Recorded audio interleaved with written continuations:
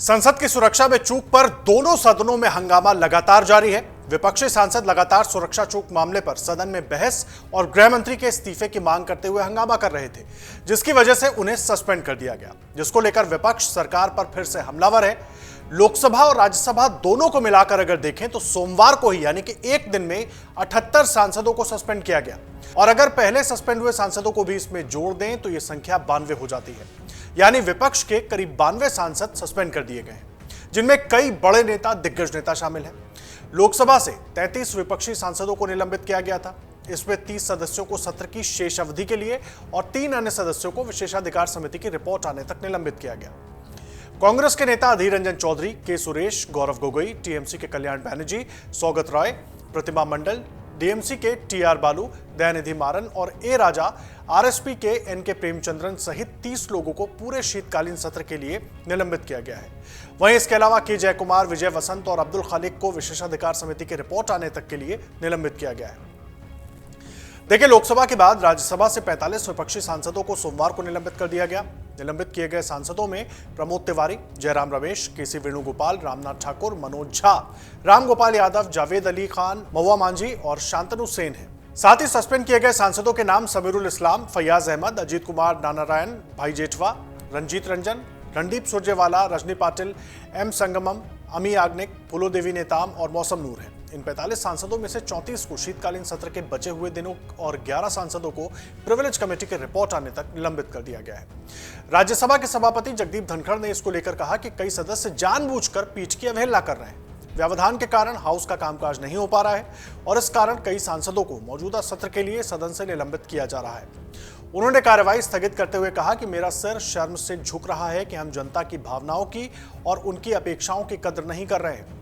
वहीं सरकार की तरफ से केंद्रीय मंत्री पीयूष गोयल ने कहा कि दोनों सदनों, राज्यसभा और लोकसभा में विपक्ष और सहयोगी दल घमंडिया गठबंधन के सदस्यों ने भद्दा हंगामा किया, सदन का अपमान किया। लोकतंत्र के मंदिर में देश को इन लोगों ने शर्मिंदा किया। स्पीकर ओम बिरला और चेयरमैन जगदीप धनखड़ का अपमान किया गया। आपको सुनवाते हैं पूरी बात। माननीय स्पीकर और माननीय चेयरमैन का आज अपमान किया गया। उनके बार बार आग्रह पर, उनके बार बार अनुरोध पर विपक्ष के नेताओं तक ने उनकी बात नहीं सुनी।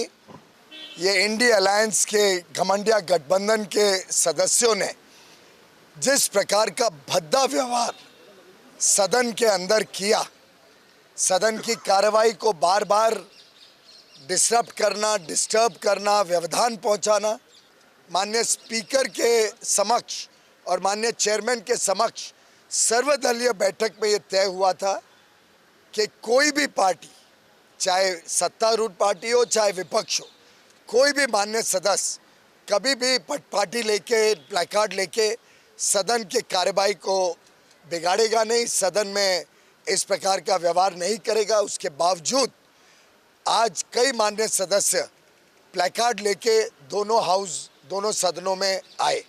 दरअसल विपक्ष संसद की सुरक्षा में चूक को लेकर लगातार राज्यसभा और लोकसभा में केंद्रीय गृह मंत्री अमित शाह के बयान देने की मांग कर रहा है। वहीं सरकार इसको लेकर पलटवार करते हुए कह रही है कि जांच जारी है। ऐसे में विपक्ष राजनीति कर रहा है। सांसदों के सस्पेंशन पर कांग्रेस अध्यक्ष मल्लिकार्जुन खड़गे ने सोशल मीडिया पर कहा कि मोदी सरकार ने लोकतंत्र पर हमला किया है। उन्होंने एक्स पर लिखते हुए कहा कि 13 दिसंबर 2023 को संसद पर एक हमला हुआ। आज एक बार फिर मोदी सरकार ने संसद और लोकतंत्र पर हमला किया है। सोशल मीडिया पर मल्लिकार्जुन खड़गे ने जो लिखा है वो हम आपको दिखा रहे हैं। देखिए, उन्होंने आगे कहा कि तानाशाही मोदी सरकार द्वारा अभी तक 92 विपक्षी सांसदों को निलंबित कर सभी लोकतांत्रिक प्रणालियों को कूड़ेदान में फेंक दिया गया है। खड़गे ने साथ ही लिखा कि हमारी 2 सरल और सहज मांगे हैं। इसमें केंद्रीय गृह मंत्री अमित शाह को संसद की सुरक्षा में गंभीर उल्लंघन पर संसद के दोनों सदनों में बयान देना चाहिए और दूसरी मांग, इस पर विस्तृत चर्चा होनी चाहिए। सांसदों के सस्पेंशन पर सवाल लगातार विपक्ष उठा रहा है। ऐसे में शीतकालीन सत्र के और हंगामेदार होने की आशंका है। अगर आप ये वीडियो YouTube पर देख रहे हैं तो हमारे चैनल को सब्सक्राइब करें और बेल आइकन को दबाना ना भूलें। अगर आप Facebook पर ये वीडियो देख रहे हैं तो हमारे पेज को लाइक करें।